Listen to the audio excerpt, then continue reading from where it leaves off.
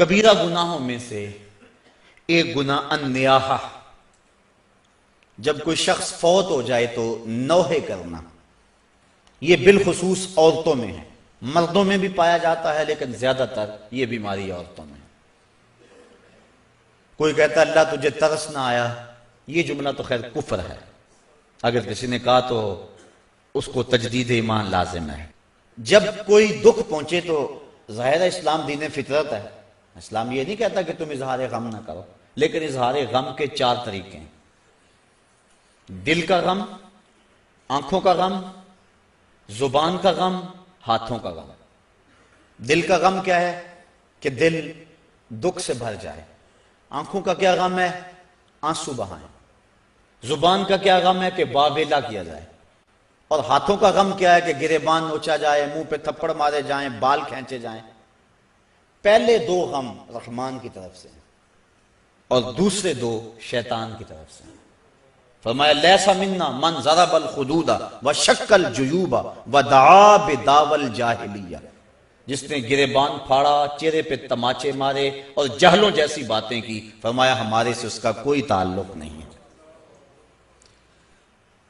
تو نوحے سے منع فرمایا گیا، بلکہ اگر مرنے والے کے دل میں یہ آرزو تھی کہ میرے بعد خوب چیخ پکار پڑے گی، لوگ بڑا روئیں گے، تو اگر کسی کے دل میں یہ ہوگی کہ میرے بعد لوگ روئیں اور عجیب کیفیت بن جائے، تو ایسے نوحے پہ جو راضی تھا، حضور علیہ السلام نے ارشاد فرمایا جب وہ مرتا ہے تو رونے والوں کے رونے کی وجہ سے اس کو قبر میں عذاب ہوتا ہے، جتنا لوگ زیادہ روئیں گے اتنا ہی اس کو عذاب دیا جاتا ہے، اگر وہ اس پہ راضی تھا۔ لیکن اگر راضی نہیں تھا تو علماء نے تعویل کی ہے کہ جو رونے والوں کا عذاب اہل قبور کو ہوتا ہے تو وہ انہی پر ہے، جو نہیں راضی تھے ان پر نہیں ہے، تو نوحے سے منع کر دیا گیا۔ باقی آنکھوں سے آنسو بہائے جا سکتے ہیں،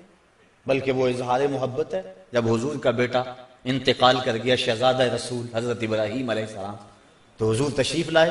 سرہانے پہ بیٹھے، بیٹے کی پیشانی پہ ہاتھ رکھا، وَأَيْنَا رَسُولِ اللَّهِ تَدْمَعَانِ، حضور کی آنکھوں سے آنسو جاری تھے، اور حضور نے زبان سے کیا کہا بیٹا ابراہیم آنکھیں رو رہی ہیں، دل غم زدہ ہے، لیکن زبان سے وہی کہوں گا جس سے رب راضی ہوگا، زبان سے ایسا جملہ نہیں نکالوں گا جس سے میرا رب ناراض ہو جائے۔ تو یہ جو نوحہ ہے، مرتے وقت عورتیں جس انداز میں، حالانکہ تلقین صبر کرنے کی ضرورت ہوتی ہے، جب آپ کسی کے ہاں جائیں، فوتگی ہو گئی ہو، تو کوشش کریں کہ ان کو ایسا جملہ کہے جن سے اس کی ڈھارس بن جائے، نہ یہ کہ کوئی ایسی بات کر کے ان کے جذبے کو اور آگے بڑھا دے اور ان کی آنکھ کو اور زیادہ تاؤ دے، ایسا نہیں ہے، بلکہ تلقین صبر کرے۔ حضور نے فرمایا صبر وہ ہے جو پہلے صدمے پہ کیا جائے، الصبر عند الصدمۃ الاولی، جو پہلے صدمے پہ صبر کیا جائے وہی صبر ہوتا ہے۔ جب آہستہ آہستہ دکھ آتے جاتے ہیں تو انسان عادی بن جاتا ہے، تو جب تکلیف پہنچتی ہے تو اس وقت مومن کیا کہتا ہے؟ انا للہ و انا الیہ راجعون۔ اور علماء نے یہ بھی لکھا ہے کہ صبر کی تعریف یہ ہے کہ معمولات عبادت کا ضائع نہ ہو، جو ایسا کرے وہ صابر ہے۔ یہ نہیں ہے کہ تکلیف آ گئی تو اب نماز بھی جاتی رہی، نہیں، وہ معمولات اپنے معمول پہ جاری رہے۔ حضرت سری سختی رضی اللہ تعالی عنہ کا بیٹا فوت ہو گیا، جوان سال، تدفین و تجہیز تکفین میں لگے رہے، ایک نماز قضا ہو گئی،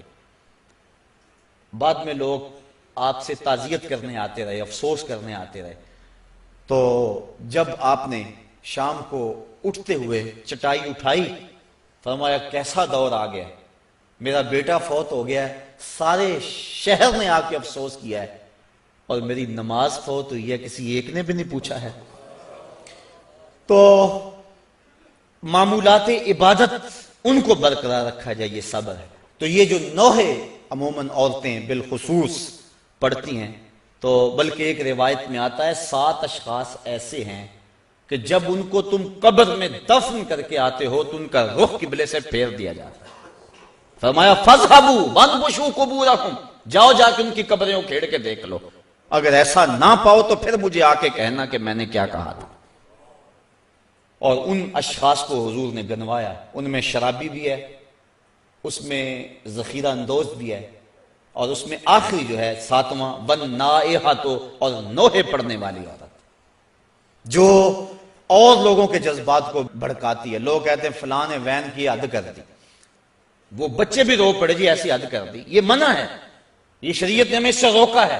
تلقین صبر کیا جائے، مرنے والے کے لیے دعا کی جائے اور اللہ سے رحمت کی امید رکھی جائے اور انا للہ و انا الیہ راجعون پڑھا جائے۔ ہاں آنکھوں سے آنسو بہیں، دل غم زدہ ہو، ظاہر ہے جس کا گھر کا چراغ بجھ گیا اس کو سکون تو نہیں ہوگا،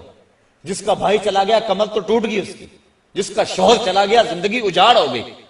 جس کا بیٹا چلا گیا اس کا تو کلیجہ کٹ گیا، دکھ تو بڑا ہے لیکن امتحان بھی یہ ہے، اور مومن جب مصیبت پہ صبر کرتا ہے اللہ اس کو اجر دیتا ہے۔